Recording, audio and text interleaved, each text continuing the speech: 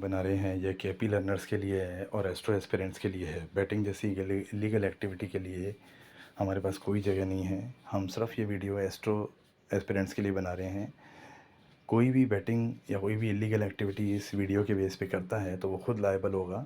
हम किसी भी फाइनेंशियल ट्रांजैक्शन के लिए लायबल नहीं होंगे।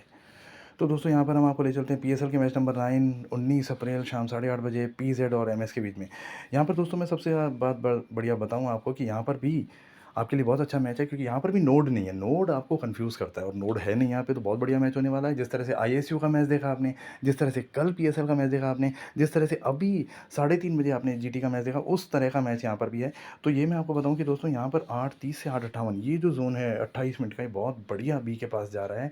और बी यहाँ पे फायर्स परफॉर्मेंस देखा। दोनों रूल याद रखने हैं आपको, रन बॉल बैरियर का भी और 9 की रन रेट का भी। अगर 9 की रन रेट आ रही है, ऊपर आ रही है, तो बैटिंग नहीं आ रही तो रन बॉल भी टच नहीं करेगा। दूसरी बात दोस्तों, मैं एक बात आपको बताना चाहूँगी, एसआरएच और के एसआरएच और जो मैच था पिछले दिनों, एसआरएच जिसमें खेल रहा था मुंबई के साथ, उसमें मुंबई जो जीत गया, वो मैच कैसा था वहाँ पर हम इसीलिए कंफ्यूज हुए क्योंकि वहाँ पर आपको न तो 9 की रन रेट दिखाई दे रही थी, न विकेट रुक रहे थे। तो यहाँ पर ऐसे केस में दोस्तों यहाँ पर एंट्री मत कीजिए या आइए मत अंदर, क्योंकि वो फंसाने के काम कर रहे हैं। क्योंकि दोनों ही केसेस दिखाई दे रहे हैं तो वहाँ एंट्री मत कीजिए।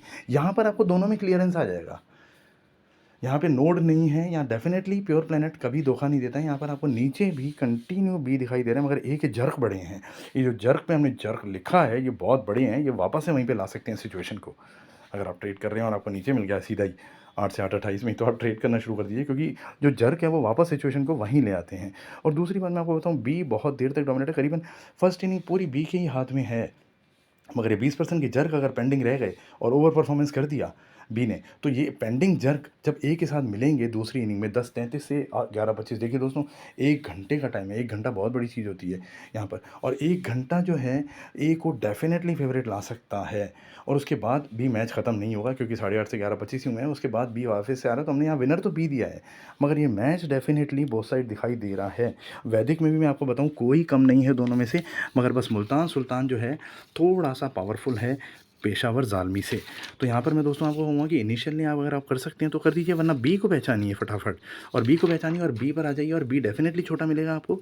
और अगर आप मिड में आते हैं, मिड में जैसे आप देखते हैं, ऑब्जर्व करते हैं और लोअर ऑर्ड्स पे अगर करते हैं, तो आप देखिए कि जो लोअर ऑर्ड्स आ जाते हैं बहुत, जब बी कंटिन्यू डोमिनेट कर जाए तो आप आ सकते हैं, क्योंकि ए डेफिनेटली आएगा। मगर अगर वाइसा वर्सा हो गया, बी के टाइम में ए ने ओवर एंट्री कर दी, जिस तरह से कल रात को आपने देखा पेशावर कराची किंग्स के मैच में, आपने देखा क्वेटा ग्लैडिएटर्स के मैच में जो 18 अप्रैल को था, उसमें आपने देखा किस तरह से क्वेटा ग्लैडिएटर्स ने बीच में एंट्री की और अपना टाइम गंवा दिया बिल्कुल।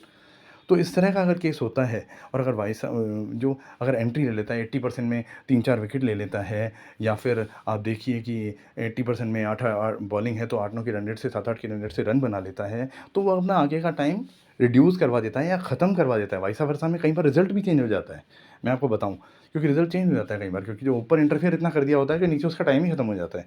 तो यहाँ पर मैं आपको तो विनर तो हमने बी दिया है, बाकी आपको सारे रूल याद रखने हैं। इनिशियली आप करना चाहे माइनर कर सकते हैं, मगर आप बी पहचानिए, क्योंकि दोस्तों इसमें नोड नहीं है। लास्ट का जोन जो है ये नोड है। अब आपको बताऊँ 11:25 से 12:23 का जो जोन है ये नोड है। यहाँ पर नोड दोनों को ही साथ दे देता है, मगर यहाँ नोड मेजरली बी को साथ दे रहा है, तो बी के चांसेस ज़्यादा हैं यहाँ पे, और जैकपॉट भी हो सकता है दोस्तों। इसीलिए आप अलर्ट रहिए और देखिए, कंटिन्यू कई बार ये सेम ट्रैक को टच करता हुआ दिखाई दे रहा है। 2 जोन को छोड़ दें तो ये पूरा सेम ट्रैक दिखाई दे रहा है। तो आप अंडर 20 अलर्ट रहिए, डायरेक्ट आ जाता है तो डायरेक्ट स्क्रिप्ट चल रही है तो आप अंडर 20 में अलर्ट रहिए। कल भी आपने देखा आयरलैंड स्कॉटलैंड में किस तरीके से स्क्रिप्ट चल रही थी और वो जैकपॉट हुआ, वुमेन का जो मैच था। तो उस तरीके के मैचेस में आप लोअर ओवर्स पे अलर्ट रहिए, क्योंकि जो अगर एक आ गया है दूसरा आ गया है तो वो डेफिनेटली आते ही रहेंगे, क्योंकि जोन किसका है। आप ए भी जो एक बार डिसाइड हो जाता है वही डिसाइड रहिए दोस्तों, बार बार उसको डिसाइड करने के लिए बार बार मैसेज मत कीजिए। ठीक है दोस्तों, थैंक यू वेरी मच।